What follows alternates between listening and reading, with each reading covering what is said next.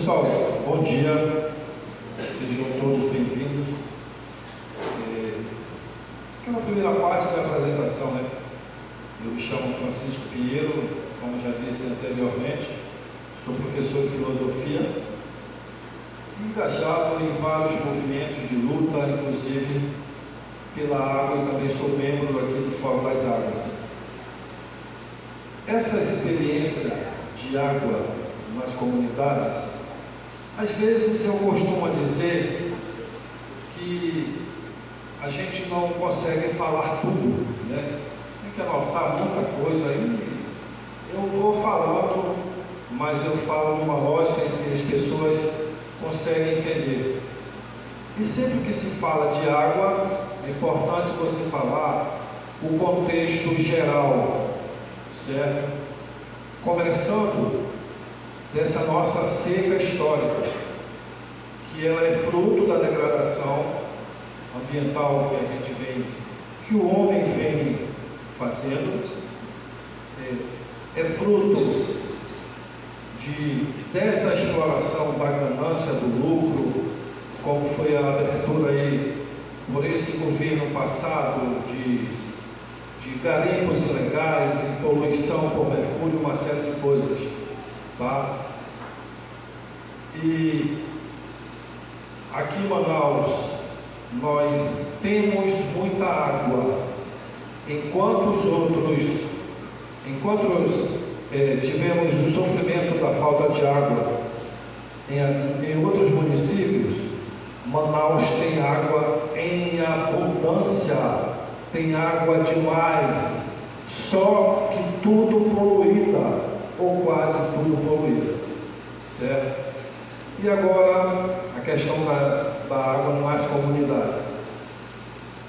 Desde quando houve essa privatização, até hoje a gente sofre na pele a irresponsabilidade dessa privatização, principalmente nos bairros periféricos, Zona Norte, Zona Leste.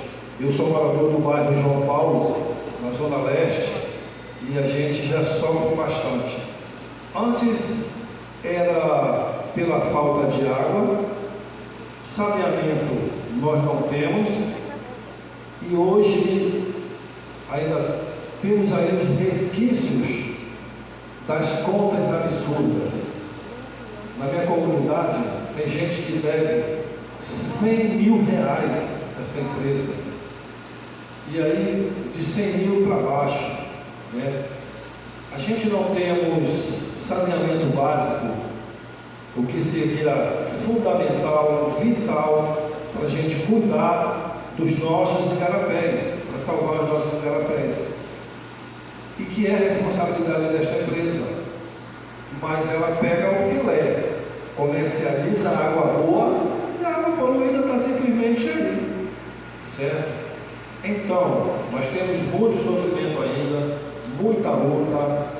Esse Fórum das Águas é super importante nessa luta, nessa batalha, para a gente conseguir avançar ainda mais nessas questões de água, assim como em outros aspectos, né?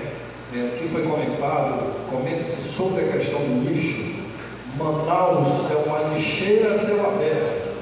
E qual é o motivo disso? Falta de educação transversal, começando nas escolas, para que aquelas duas crianças já sejam inseridas, se formando. Olha, não jogue lixo na rua, não jogue pet na rua, e já comece a receber essa educação, para quando se tornar adolescente, jovem, já ter essa consciência formada, né, de colaborar com essa questão do lixo. Enfim, é muita coisa. Então, continuando nas comunidades, nós temos esse provimento. E eu falei para o professor há pouco que nós não podemos abrir mão da luta, precisamos continuar a luta, mas precisamos criar unidade. Nós temos mais de 5 mil pessoas hoje engajadas nesse movimento ambiental geral, inclusive pela água, mas ainda há uma fragmentação muito grande. Na hora que a gente conseguir essa unidade maior, a gente vai ter muito mais êxito. E assim, Eu sei que qual é o termo? Qual é o termo? Pode, né? E assim, de quem é a culpa para resolver esses problemas? Vamos falar da água. A culpa é da Manaus Ambiental? Não. A culpa é da população? Não. A culpa é do poder público? Não. De quem é a culpa? A culpa é de todos. Da Manaus Ambiental, da população, do poder público. Então a gente precisa fazer essa grande chamada. Hoje, vou fazer uma pequena crítica ao nosso governador, Padre Sandoval. Se não estivesse o governador aqui, mas era para ter alguém representando. Se não estivesse o prefeito, mas era para ter alguém dele representando. As universidades, as igrejas evangélicas, todo o segmento da sociedade. Para dizer assim, se acabar a água, acabou a vida. É muito fácil. Para acabar o planeta não precisa de guerra não. Só precisa acabar a água. Então, todos nós temos que ser multiplicadores e lutar para não acabar esse bem comum que é a água. Obrigado.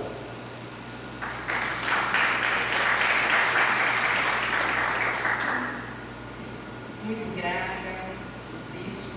Nós vamos agora ouvir então a Dona Elza. Dona Elza, então diz para onde a senhora veio, o que a senhora faz, o seu subir e descer nas ruas, com a sua luta. Obrigada. Bom dia a todos presentes. Eu fico muito feliz por essa oportunidade aqui de poder contribuir um pouco no segmento do que o nosso companheiro Francisco está falando. Verdadeiramente, a culpa é de todos nós. E um seminário como esse, eu também acho muito necessário que tivesse, de cada repartição, de cada poder público, tivesse alguém aqui ouvindo para levar a nossa angústia, as nossas necessidades, para que assim nós possamos ser atendidos o mais rápido possível. Muito bem. Eu me chamo Maria Elza, conhecida por irmã Elza, em Santa Teofina. Já resido aqui há 35 anos, alguns dias, né? E como bem eu fiz um comentário, que foi pedido, acerca de quando eu cheguei aqui em Santa Teofina. Cheguei em Santa Teofina há um tempo atrás, como eu já falei, e as minhas filhas, nós lavávamos roupas no igarapés e louça, e a água era cristalizada, limpa, água pura. A gente bebia das bicas de algumas torneiras que era oferecido para a comunidade, daqueles fazendeiros, donos de chácara, que tinham um poço plantado, e eles cediam água para a gente se alimentar, fazer alimentação e tomar. E, com o decorrer do tempo, esses igarapés ficaram entulhados de sujeira. Como bem falou o companheiro Francisco, que é verdade, a culpa de todos, né? Houve o descaso do cuidado do meio ambiente, eu creio que houve uma fiscalização, para que nós todos fôssemos obedientes a não jogar lixo nos igarapés em lugar nenhum. Lixo tem que estar no lixo, né? Para ser destinado em algum lugar, não é verdade? Então, hoje nós temos água encanada, porém toda contaminada. Nós não temos água potável nessas casas. Nós sofremos com isso. Temos muitos problemas intestinais, principalmente as crianças, idosos e outras pessoas com deficiências físicas, né, em idade mais baixa, elas sofrem muito com isso.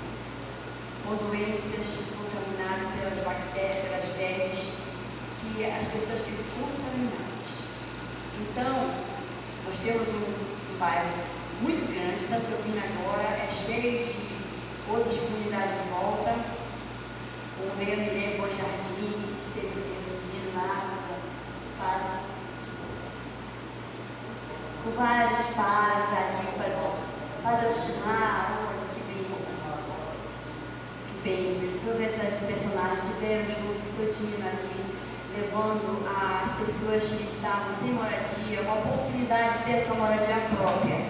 Seu dia a gente participou daquele grande trabalho, lindo trabalho ali. Assim, que jamais as pessoas esquecerão da sua pessoa ali em Santa Catarina, na Minas Gerais, como eu já disse, viu, senhor?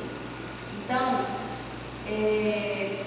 eu quero dizer para todos que a nossa necessidade, eu tenho certeza que não é só no bairro Santa Catarina, eu creio que toda a comunidade de Manaus sofre a mesma situação que aqui nós estamos enfrentando, com certeza, porque a água potável não existe. Em várias comunidades que eu passo, eu sou da linha um pouco, eu trabalho com pessoas, eu trabalho com um grupo de idosos, inclusive, já passo um convite hoje, o nosso forte idoso está sendo destacado a defesa da pessoa idosa, lá no shopping Samaúma, hoje pelas 18 horas estamos ali, e o nosso grupo de idosos tem por nome Amor em Ação. Estamos lá, a coordenadora da Assembleia Legislativa, logo mais, uma reunião, e nós vamos estar lá às 18 horas, com todos convidados ali. Desculpa eu entrar nessa parte, mas o idoso precisa ser lembrado, na verdade. Quem é idoso aqui? Eu sou idosa. Olha só, que tantos companheirinhos aí, nós precisamos ser vistos, né, amados? Até porque o idoso, muitas vezes, eles não são ouvidos pela família, eles são um pouco esquecidos, porque essa família vive uma vida muito assim agitada, já não dá manutenção. Ele queria conversar com o filho, com o neto, com um amigo, que já ninguém mais ouve ele. Então hoje eu tive a oportunidade de estarmos ali, vendo muitas atrações que vai ser destacado ali para nós estarmos juntos. Bom, voltando para a água. Então, queridos amados, eu acho que esse é o momento, como bem falou o professor, pensador, pesquisador, que eu não atentei para o nome do que falou de Brasília. Seu Iremar, estou informada agora do nome dele, uma pessoa assim que traz para nós a oportunidade. Dia 13, eu quero saber onde ele vai estar, sim. Quero procurar, saber onde está a Dona Messi, quem puder me ajudar, Sadina, para que a gente possa estar junto, né, ouvindo essas opiniões, esses encaminhamentos, trabalhar na construção de dias melhores para a nossa sociedade, para o nosso povo, enfim, para todos nós, porque é um bem de todos, né? E a água, como bem falou o companheiro Francisco, a água é vida, né, Francisco? Se acabar a água, acaba a vida verdadeiramente. Quem vai ficar sem beber água? Ninguém. Né? Então, aqui são essas minhas humildes palavras. Eu quero desde já pedir desculpa por alguma expressão que não foi como você pensou de ouvir, mas estou aqui para juntos somar. Muito obrigada.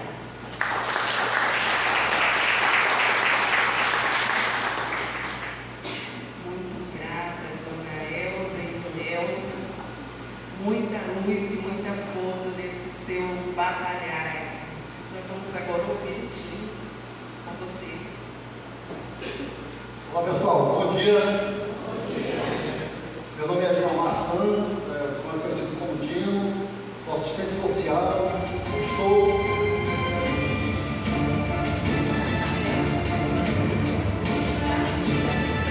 Boa tarde, meu nome é Raimundo, estou de alguém. É entrada no Dino.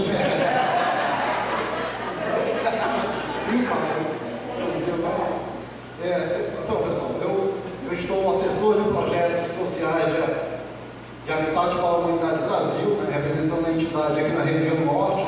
A sede é do Escritório Nacional em Belém. Aliás, em Recife. Já estou falando da nossa cidade co-irmã, né, Belém, Pará. Também assessoro o Fórum Amazonense de Reforma Urbana e integro a coordenação do Fórum Nacional, também de Reforma Urbana. Eu vou só fazer uma introdução, porque nós vamos trazer vozes de duas grandes lideranças de uma comunidade urbana, ali da Zona Norte, que se chama Rei da Vila, uma comunidade que foi ocupada em 2013. Manaus, a gente, infelizmente, professora Ivânia, Manaus, infelizmente, vive de crises, né? Crises urbanas, crises políticas, crises sociais. Né? Ainda no início do século passado, do século XX, ali por 1910, foi entregue o sistema que seria de tratamento, de esgotamento sanitário ou de esgotamento ambiental da nossa cidade. Né? Hoje nós conhecemos como a usina Chaminé, né? Atual Centro Cultural. Né? Foi uma concessão do governo à época, né, aos ingleses, mas os ingleses não cumpriram aquilo que estava determinado em relação ao tratamento de esgotamento sanitário na cidade de Manaus. Era especial aqui da Serra Central mesmo. E essa empresa ela foi expulsa.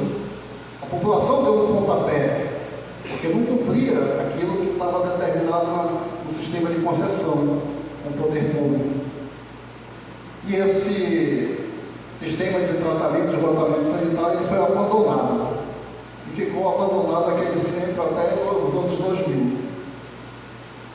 Nós tivemos uma outra crise ainda, a crise urbana, e o professor Joselito, né, mais à tarde, vai descrever um pouco sobre a questão da expansão urbana e a degradação das microbacias, mas essas microbacias elas foram sendo degradadas nesse período de 1920 ainda, quando todos os igarapés aqui em Manaus, Bittencourt, os igarapés do Educandos, foram sendo ocupados por aquelas populações ou cidadãos, né, que estavam vindo dos destacamentos que eram a produção do látex. Né? Então, com essa crise do látex em 1910, essa população veio para a capital de Manaus, para a cidade de Manaus. E não tinha muitas, nessa área aqui, não havia muitos cortiços para atender aquela demanda grandiosa dessas populações que estavam chegando, buscavam melhores condições de vida. Aqui atrás mesmo nós temos ainda que sobrevive, né? Uma grande vila. Os trabalhadores da época não tinham os recursos necessários para se manter nessa área aqui, que hoje é o centro histórico de Manaus. E foram ocupando esses igarapés. A cidade, ela sai das águas, que era conhecida como a cidade das toras, ou a cidade flutuante. E no novo modelo econômico do Estado, conhecido da implantação do polo industrial de Manaus, ou da Zona Franca de Manaus, em 68, 2 anos antes, em 66, já no governo do regime nefasto militar, essa população, em torno de 12 mil pessoas que moravam no majestoso Rio Negro, em torno de 4 mil flutuantes, foram despejadas de forma violenta e sem direitos. E aí começa esse período, né, de tensa degradação das bacias hidrográficas de Manaus. Hoje a gente vivencia isso na bacia do Tarumançu, ocupações desreguladas, né, ou a cidade ilegal. Isso vem se configurando até os dias de hoje. Hoje são 58 ocupações em Manaus, essas 48 com risco iminente de serem despejadas. Crise urbana e habitacional, crise da ausência de saneamento, porque não existe nem sequer, em algumas dessas comunidades, água na torneira para essas famílias. Essa síntese que eu trouxe é só para trazer presente, né, na nossa memória, que essas lutas elas são pertinentes desde sempre da nossa história, né, e elas se perduram até hoje. Nós vivenciamos isso. A exposição do Walter Calheiros, ela reflete isso de forma muito dura e drástica. Aquelas imagens que a gente pode observar, para quem nos assiste, né? Acho que deve ter um link, né, depois, né, para ver esse registro do Walter Calheiros. Elas são uma denúncia, professor. Esse registro do Walter são uma denúncia do quanto que a gente ainda tem que trabalhar, lutar, né? Isso é ausência de política Isso é ausência de políticas públicas, de programas, de projetos de saneamento ambiental da nossa cidade, de ausência de planejamento urbano territorial, ausência de direitos. A despeito das duas lideranças que vão falar agora, que é o Alexandre e o Raimundo Mitoso, eles são cidadãos que, pela ausência da falta de moradia, se uniram com outras centenas de famílias numa comunidade hoje chamada Rei da Vida. Já lá no extremo norte da zona norte de Manaus, ali nas proximidades da reserva florestal Aprofunduto, que aliás sofre intensamente com essa desregulação territorial. Eles vão descrever para nós, e descrevem, né, que quando chegaram ali, era uma área do Estado, um território do Estado, né, sob auspício, sob responsabilidade da Superintendência de Habitação do Estado do Amazonas, que é a SUAB. Então eles ocuparam, construíram suas moradias. No primeiro momento não tinha água, usavam água da cacimba, que são aquela água, dona Elza, que traz as doenças, né? Porque não são água, né, tratadas, né? Mas diante dessas situações, a comunidade se uniu, eles instalaram 4 poços artesianos, fizeram todo o sistema para chegar a energia, para que pudessem ligar as bombas e para que a comunidade pudesse ter água, né? Ligaram inclusive um sistema clandestino lá da concessionária. Então nós vamos ouvir agora e vamos ecoar, né, a luta e a organização dessa comunidade. Ela reflete muitas comunidades, né? Reflete muitas comunidades. A pandemia nos demonstrou o quanto que a água é importante para a nossa saúde física e mental. Felizmente, aqueles hidropontos que havia, que a Prefeitura, em parceria com o concessionário instalaram, logo em seguida retiraram. Aquilo deveria ser uma política pública, ter acesso à água na rua, para que a gente possa, a qualquer momento, lavar as mãos. Mas eu vou parar por aqui, que a gente vai assistir juntos, né, esse depoimento de Alexandre e de Raimundo Mitoso, da comunidade Rei da Vida.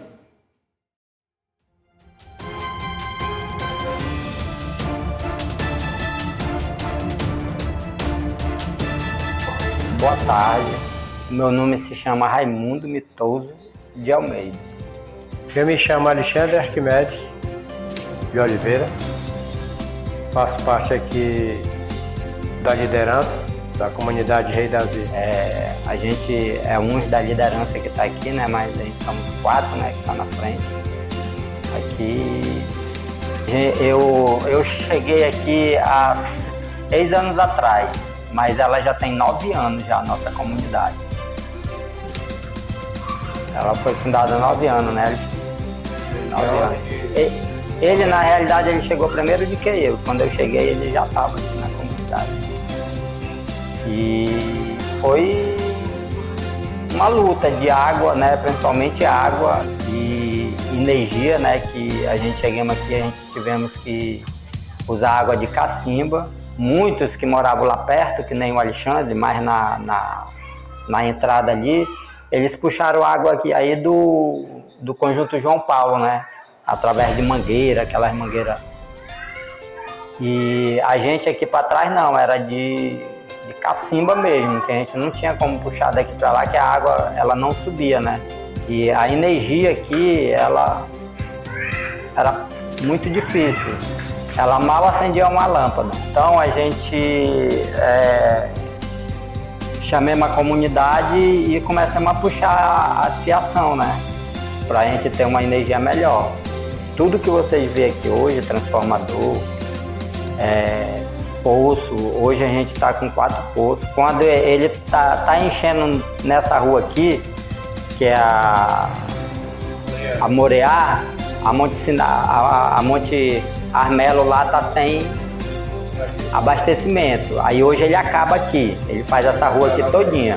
Aí amanhã de manhã ele já começa lá. Todo morador aqui, ele tem a sua própria ligação, entendeu? O morador não sai de dentro da sua casa para abrir o registro para ele encher a caixa dele. A gente temos pessoas que em cada rua a gente enche um dia, é um dia sim, outro não. Quando ele tá enchendo nessa rua aqui, que é a Moreá, a Monte Armelo lá tá sem abastecimento. Aí hoje ele acaba aqui, ele faz essa rua aqui todinha. Aí amanhã de manhã ele já começa lá. Aí é uma faixa de 30 minutos, dá para encher uma caixa de 1.000 litros. Cada residência, uma caixa de 1.000 litros. Em dois dias a gente põe uma caixa de 1.000 litros. E geralmente quando esculhamba uma bomba, ou a gente já tem uma na reserva para na hora a gente trocar, né? Que nem foi no caso hoje, a minha que queimou, né? Aí a gente já tinha uma outra para substituir. Aí o rapaz veio, em menos de 2 horas e já substituiu. Então quer dizer que não atrasa muito, né? Assim, só atrasa uma faixa de 2 horas. Não é direcionando de uma bomba para outra. A gente trabalha só com uma bomba e joga outra para aquela rua até a gente poder ajeitar, solucionar o problema. Fazer uma manutenção naquela aqui. Ou no último caso mesmo, tem que aguardar, certo? Então compra uma. Se tiver cartão, se tiver cartão disponível, aí a gente vai lá e tira. Então, graças a Deus, a comunidade nos ajuda a ajudar ela. Na verdade é isso. Então, coisas assim que isso já tem 9 anos, né, ajudando a gente. E graças a Deus a gente cresceu por causa disso. Nós dependemos de poder público, já não dependemos de poder público, tudo que nós temos aqui, instalação de alta, tudo foi tirado com verba aqui da comunidade, taxa e depois de doação, né? Para que nós tenhamos pelo menos um mínimo do conforto que as pessoas lá fora têm, que é assistir a pessoa. A associação, na realidade, ela tem 6 funcionários, né? Na geral. Daqui de dentro. 4 são que dão a manutenção na água, né? Que eles ficam botando em rua, casa em casa. Porque assim mesmo ainda existe morador ainda que se deixar na mão do morador, ele vai encher 4 caixas. Aí vai atrasar o outro morador, né? Então a gente precisa de uma pessoa para ficar naquela rua. Ele abre o registro daquela pessoa, só ela enche. Aí encheu, ele fecha e vai abrindo, casa por casa. E a gente temos também pessoas que ajudam a gente na energia. Pessoas que já trabalham nessa área, né? Que conhecem essa área e a gente contrata, e quando dá algum visto de trocar poste, esculhamba o transformador, a gente liga.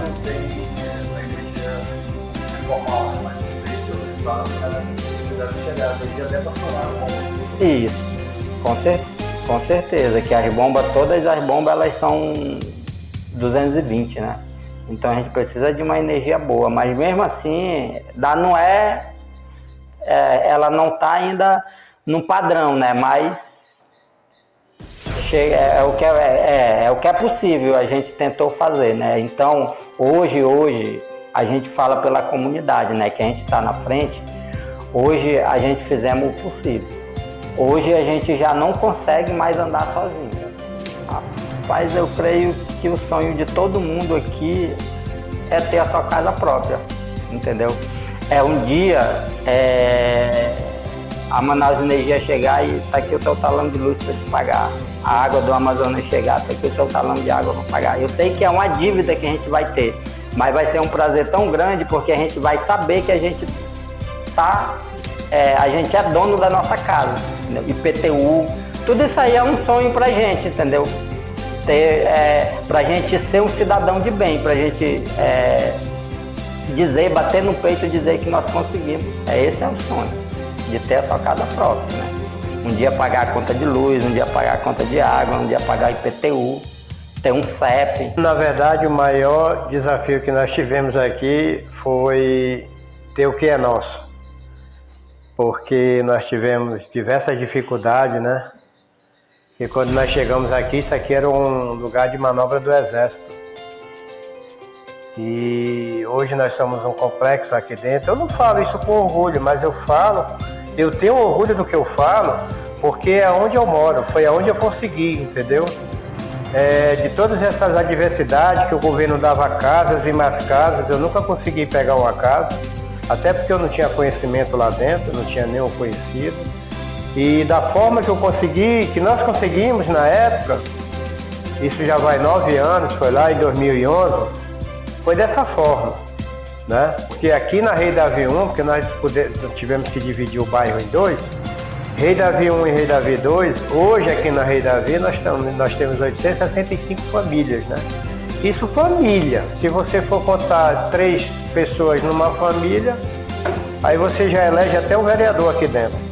Só no Rei Davi 1 temos mais 834, se eu não estou muito enganado, ali na Rei Davi 2, fora as comunidades que nos cercam ali. Todas as pessoas que entraram aqui, claro que nem todo mundo está aqui dentro, né? Mas a maioria das famílias que entraram estão aqui morando, assim como eu, né? Porque na verdade não tinha e não tem para onde ir. Porque eu morava alugado e a mulher me deu uma semana para me sair na casa. E na verdade, além de eu estar desempregado, onde é que eu ia morar? Aí foi quando surgiu eu digo assim, não digo nem oportunidade, eu digo é uma bênção de Deus de ter essas terras aqui involutas, porque o Estado não ia mais mexer nela mesmo, e é do Estado, na verdade, entendeu? E nós, graças a Deus, tivemos uma visão de aproveitar isso aí para assentar isso tudo. Na verdade, eu não vou dizer que foi um dos, porque não existia um dos, mas foi o único programa que entrou aqui, na época da pandemia, né? Que toda a comunidade abraçou. Por quê? Porque eles estavam preocupados com a nossa saúde, entendeu? E nós botamos 2 pontos aqui de lava-mão, o sabão, eles nos deram todo o apoio logístico, tudo, eles nos entregaram as pias já funcionando. E a população abraçou de uma certa forma que disse que ela não tinha visto esse tipo de coisa aqui dentro da comunidade. E na verdade não entrava mesmo, entendeu? Mas graças a Deus, Deus direciona as pessoas, usa as pessoas de bem, claro, né, como essa associação aí, né, do Habitat, para ajudar, para trabalhar com gente, entendeu? Gente humilde como nós somos aqui dentro. E para nós isso foi um marco, por quê? Porque aqui dentro da nossa comunidade, de toda essa pandemia, de 2 vezes que ela virou aqui dentro do estado do Amazonas, nós só tivemos 2 casos aqui dentro da nossa comunidade.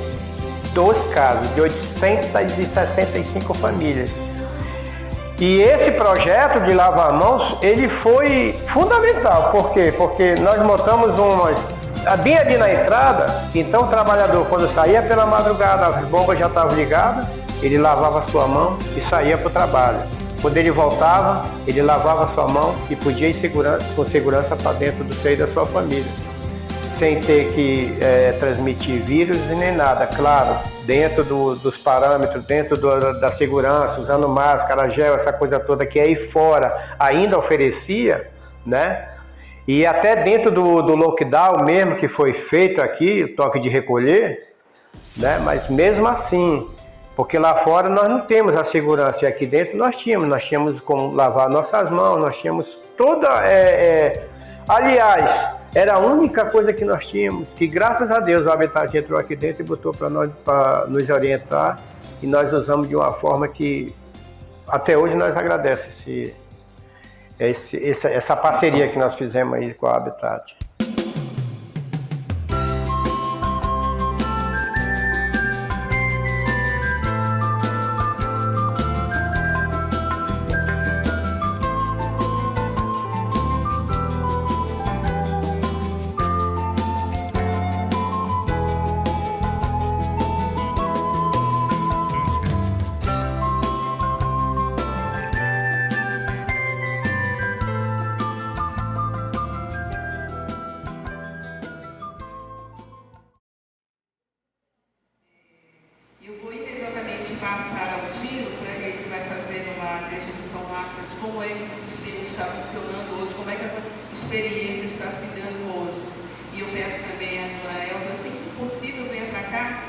fazer o encerramento desta mesa e a Socorro Barbosa aí se preparando para vir para cá completar o próximo ato. Foi.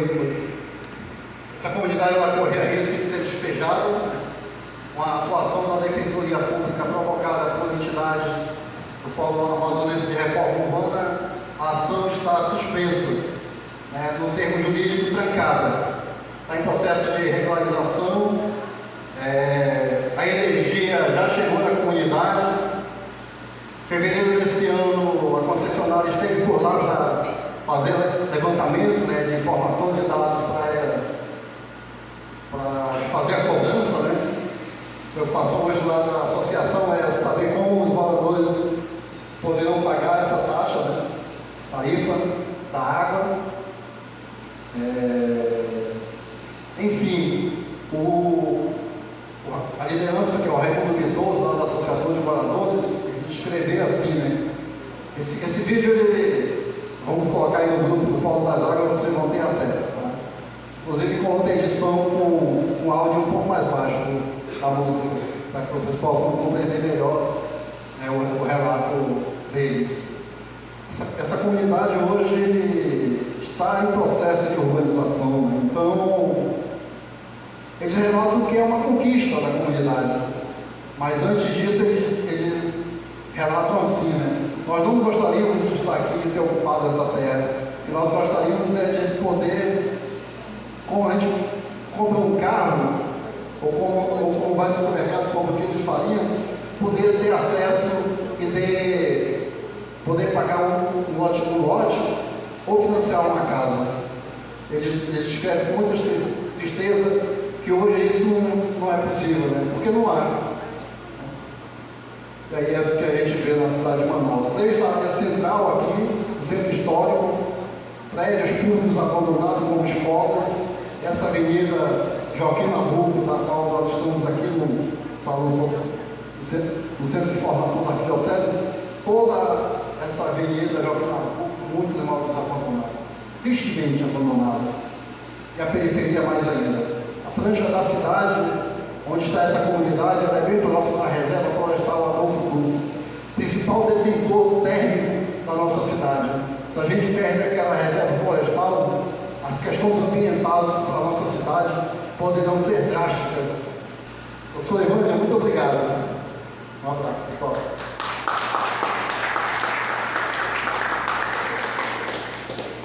Nós vamos aqui, então, só antes de fazer as considerações finais, saber se vocês têm alguma pergunta, algum relato, algum comentário a respeito do que colocaram aqui os nossos três convidados. Quem tiver, levanta a mão, pode vir aqui ou pode falar para aí. Posso falar aqui? Tem uma pergunta assim para o Dino.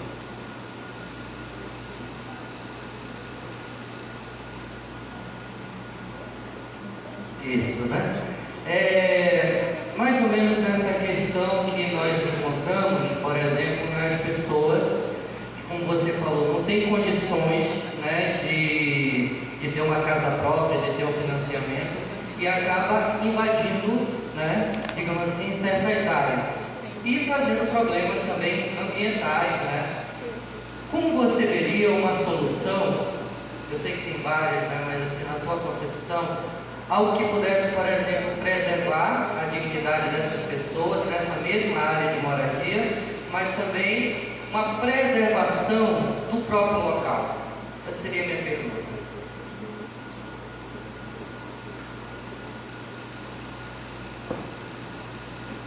Professora Hermínia Maricato e a Raquel Ronick, elas são muito colocadas, essas duas mulheres, bem estudiosas da questão urbana, não só do nosso país, não.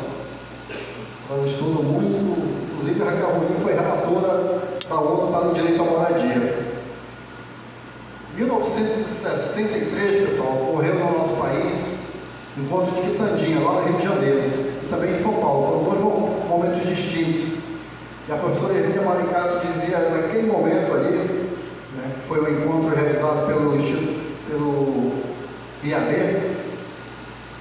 que aquele era o momento oportuno para que nosso país elaborasse propostas e programas de urbanísticos de ocupação do solo urbano no nosso país. Né? Então, que ali é que se traz para o país o termo da reforma urbana, o conceito, né, do direito à cidade. E já nas décadas anteriores tinha como grande estudioso David Harvey. Infelizmente, nós perdemos tempo, né, desses processos históricos de ordenamento territorial. Mas não só foi só em Manaus, não. Né? Nas grandes metrópoles. A despeito do direito à moradia como um direito fundamental, né, que ele não é nem maior nem menor que os demais, né, como ambiental, haveria necessidade de ter planejamento territorial. Felizmente, hoje prevalece algo como nós estamos debatendo aqui, né? Não como direito, mas como um serviço a ser vendido. Né? A especulação imobiliária ela é intensa, né? E é isso que deveria ser combatido. Esse interstício está aqui. Nós estamos na área central, na Avenida Joaquim Nabuco. No extremo norte do bairro da Santa Elvira, onde a dona Elza mora, são em torno de 20 quilômetros, daqui até lá. Há muitas áreas vazias, daqui até lá. Há muitas áreas ociosas, daqui até lá. Vocês sabem que a cidade de Manaus, só de imóveis fechados, poderia combater um déficit habitacional que é de 103 mil moradias. Esse que é a questão que deve ser sempre trago para o debate. A moradia como um direito fundamental. Infelizmente, essa situação do valor monetário, ela está sempre à frente da questão de direitos. A prefeitura, o poder, o Estado poderiam agir. E nós temos leis para isso. O Plano Diretor Urbano e Ambiental de Manaus descreve que essas áreas ociosas elas podem inclusive ser desapropriadas para fins de interesse social, paga inclusive com títulos do poder público. Isso é uma decisão de Estado, como política pública.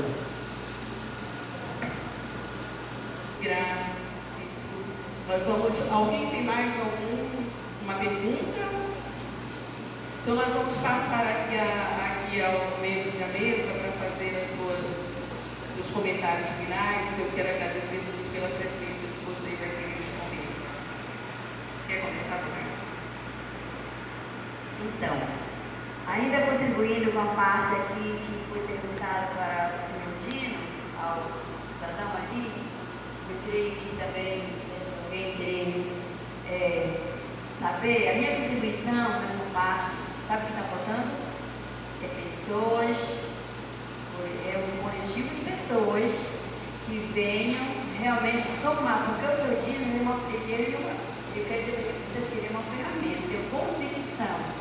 Ele pertence ao habitat da cultura nacional, ele tem os caminhos por onde a gente poder chegar a esse ponto de atender essas pessoas que têm essa necessidade de moradia assim. O São Francisco falou aí, a gente tem que se juntar, né, São Francisco, para poder as coisas acontecer. Só uma andorinha dizia minha bisavó que não faz verão. Elas muitos voando, aí se torna o verão vem, né? Até as pessoas têm aquele ânimo, muitas andorinhas, meu Deus, verão. É o dito dos antigos, né? Quem aqui vivenciou isso sabe do que eu estou falando. Os novos aprendam conosco, amém? Então, assim, gente, precisamos em tudo ter um estudo, construir. O estudo para ser construído, algo que nós queremos que aconteça. Só de nós procurar e falar é muito fácil, mas temos que ter um roteiro escuro para poder chegar a, como diz a matemática, a parte exata, não é verdade? Ai, de concordar. Quem concorda comigo? Tem mania de pedir opiniões. Pronto, então, esse é o momento de a gente poder fazer um momento de conversa e tratar desse assunto, porque tudo é possível. O direito à moradia já está na nossa Constituição, é constitucional o cidadão, a cidadã ter direito da sua moradia digna. Isso está adquirido por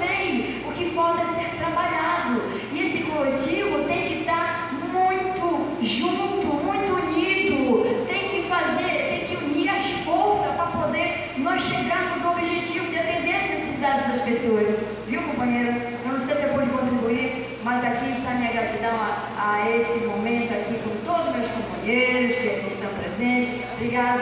Conheci essa pessoa maravilhosa, Padre Sandro Vaza, Dona Messia, que é a professora, e os demais amigos. Seu Dino, eu já conheci ele, porque esse aqui é um ator muito, ele atua assim de uma maneira maravilhosa, eu conheço o trabalho dele, e ele não tem muito conhecimento comigo, mas eu olho onde ele está, eu estou vendo que ele está fazendo algo pelo próximo. Mas ele é sozinho, gente.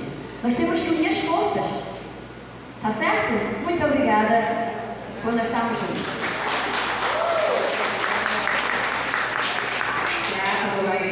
Vamos fazer imediatamente as considerações finais do professor Francisco. Gente, o boto morreu, mas o boto é um animal irracional, não podia fazer nada pela água que estava secando. O peixe morreu, mas também é irracional. Mas o ser humano, segundo Aristóteles, todo é provido de razão. De razão no sentido de racionalidade, tem inteligência, tem pensamento, tem sensibilidade, tem discernimento. Então o ser humano pode sim fazer alguma coisa para salvar o nosso rio, para salvar a nossa floresta, para salvar a nossa fauna e para salvar a nós mesmos. Para isso, você só precisa se conscientizar e entrar nessa luta. Então, mais uma vez, eu estou convidando a todos, quem ainda não participa de um movimento, venha para o Fórum das Águas, venha para o Fórum das Águas, venha para outros e outros fóruns ambientalistas que nós temos já na cidade de Manaus. E vamos lutar todo mundo junto. E aqui eu vou fazer um plágio, né? Vou plagiar a nossa amiga Elza. Viu, Elza? Vou te plagiar agora. Precisamos estar todo mundo junto, né? Para ajudar a salvar o nosso planeta. Muito obrigado. Muito grata, Francisco. Vamos dar tempo para as considerações finais.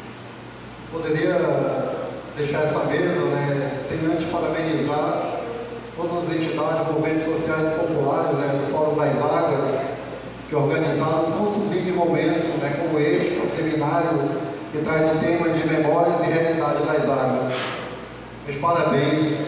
De fato, há necessidade de a gente instigar não somente a nossa situação, mas o nosso desejo de ter água limpa, de ter um saneamento ambiental, que nesse período de grande estiagem, né, a gente não tenha praias aí no Rio Negro e de ver os esgotos escorrendo para tão majestoso rio. Eu não sei até quando esse rio vai suportar águas não tratadas.